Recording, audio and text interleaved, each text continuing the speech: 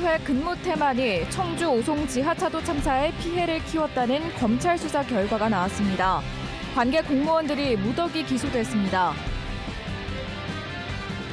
정부가 전공의 진료 공백을 막겠다며 의사 업무 일부를 간호사가 대신하도록 했지만 첫날부터 혼선이 빚어지고 있습니다. 요양병원에서 거동이 불편한 80대 할머니에게 폭행 흔적이 발견됐습니다. 병원 측에서는 싸움이었다고 주장해 피해자 가족들이 반발하고 있습니다.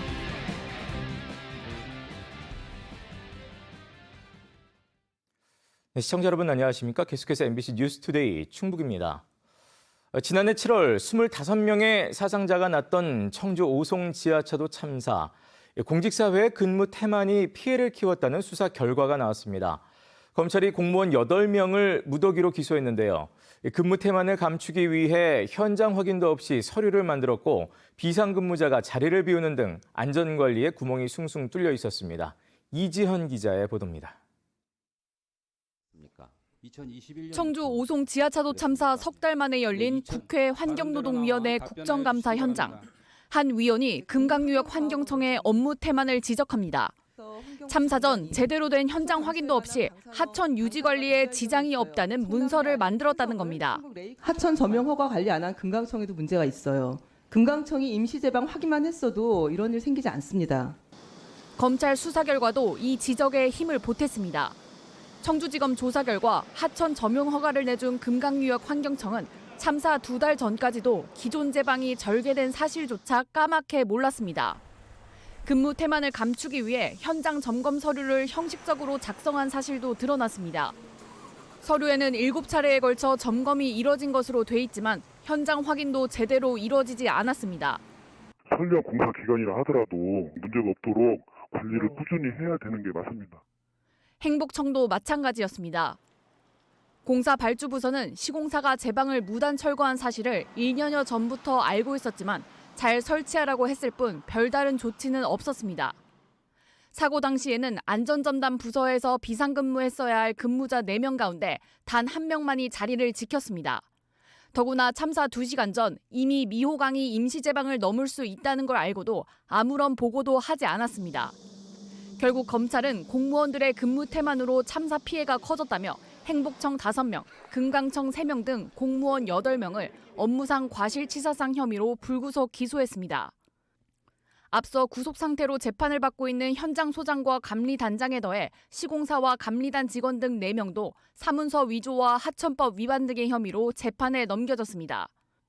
이로써 오송 참사와 관련한 기소 인원은 모두 14명으로 늘었지만 유가족들이 요구하는 중대시민재해 적용 여부와 최고 책임자 수사 여부는 여전히 검토 단계에 머물러 있습니다.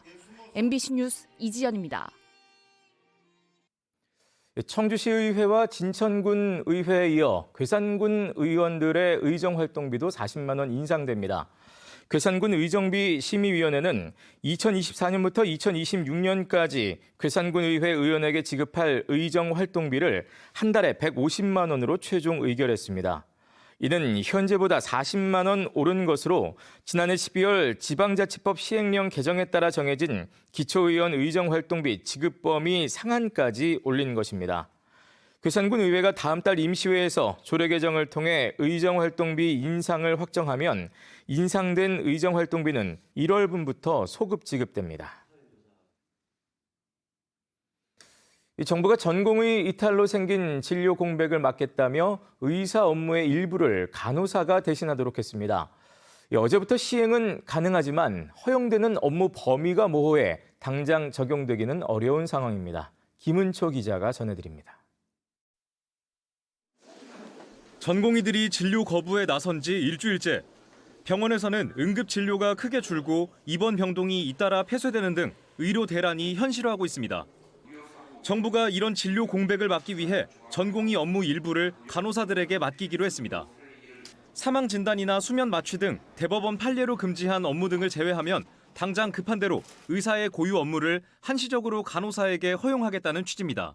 봉합을 한다던가 원래 의사가 해야 되는 일인데 PA 간호사들이 하기도 하고 또 필요하면 처방 같은 것도 다 PA 선생님들이 하시니까. 다만 어느 범위까지 가능한지 판단은 개별 병원에 맡겼습니다. 진료 지원 간호사의 구체적인 업무 범위는 의료기관장 책임 하에 위원회나 또는 간호부와 협의해서 정하는 것입니다. 그래서 그 구체성은 현장에서 적용을 하는 것이고. 어제부터 시행인데 진료 보조, 즉 PA 간호사 80여 명이 있는 충북대병원에서조차 움직임이 없습니다. 정부 발표가 갑작스럽고 지침이 모호해 논의조차 못했습니다. 업무 범위가 병원장 재량으로 돼 있어서 어느 선까지 법적 보호를 받을 수 있을지 명확하지도 않습니다.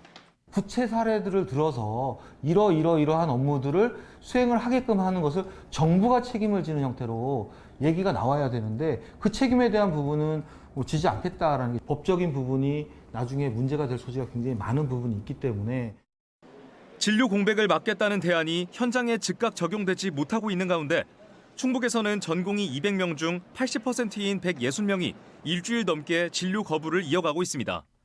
MBC 뉴스 김우초입니다.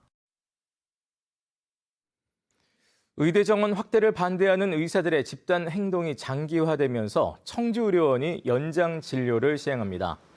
충청북도는 의료 공백을 막기 위해 어제부터 청주의료원이 기존 오후 5시 30분까지였던 진료 종료 시간을 오후 7시 30분까지로 2시간 연장했다고 밝혔습니다.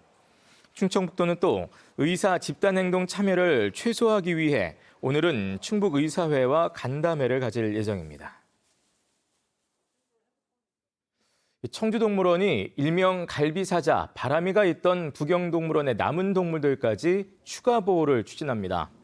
청주동물원은 경남 김해시와 동물보호단체 등과 함께 부경동물원 측과 협의를 진행하고 있으며 추가 보호가 성사되면 바람이의 딸로 불리는 사자를 비롯해 동물 11마리를 데려올 수 있다고 밝혔습니다. 다만 해당 동물들은 부경동물원의 사유재산이기 때문에 판매될 때까지만 청주에서 임시 보호를 받을 수 있습니다. 한편 부경동물원이 지난해 8월 운영을 중단하면서 남은 동물들 일부가 폐사하는 등 건강에 위협을 받는 것으로 전해지고 있습니다.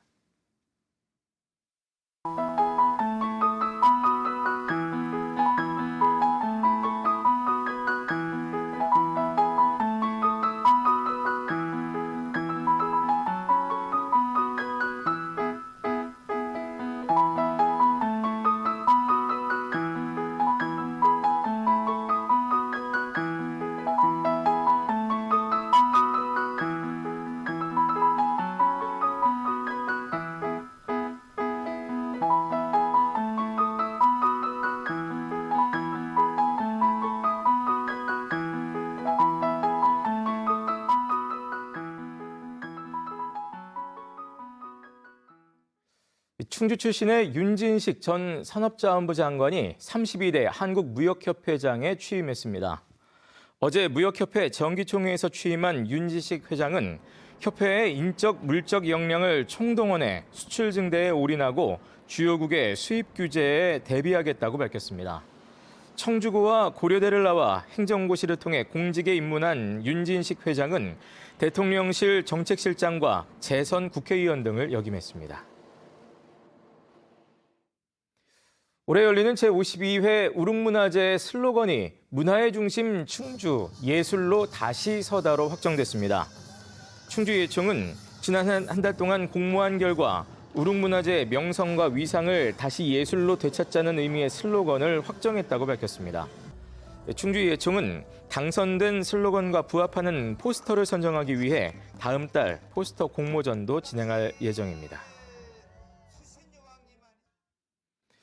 청주 KB스타즈가 다음 달 9일부터 열리는 2023-24 여자 프로농구 포스트 시즌 홈 경기에 시투자를 공개 모집합니다.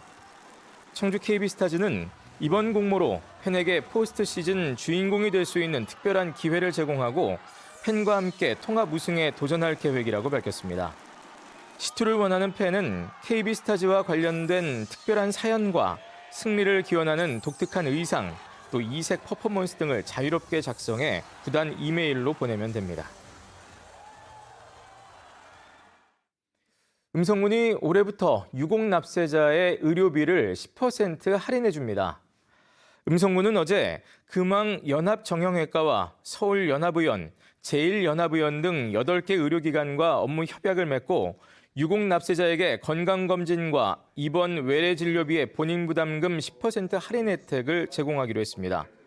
음성군은 성실납세자 지원 조례에 따라 지방세 체납 없이 개인은 연간 100만 원, 법인은 연간 1,000만 원 이상 세금을 기한 안에 납부하면 유공납세자로 선정하고 있습니다. 청주시가 중국 시장 판로 개척을 위해 수출 상담에 참가 기업을 모집합니다. 청주시는 오는 5월 28일부터 5박 6일 동안 중국 우한시 수출상담회와 창사시 중부투자 무역박람회에 참가할 무역사절단을 오늘부터 다음 달 13일까지 모집합니다. 모집 대상은 청주에 소재한 화장품, 가정용품 등 일상 소비재 제조기업 15개사로 청주시는 물류비와 통역, 진성바이어 연결과 함께 항공료 일부를 지원합니다. 미래농업을 이끌 청년 농업인들에게 저렴한 비용으로 영농 경험 기회를 제공하는 임대형 스마트팜이 영동군 양산면에 조성됩니다. 충청북도는 농림축산식품부 공모에 선정됨에 따라 오는 2026년까지 영동군 양산면에 200억 원을 들여 지열에너지 시설과 스마트 온실 등 6.3헥타르 규모의 임대형 스마트팜을 조성한다고 밝혔습니다. 네, 지금까지 MBC 뉴스투데이 충북이었습니다. 함께 시청해주신 여러분 고맙습니다.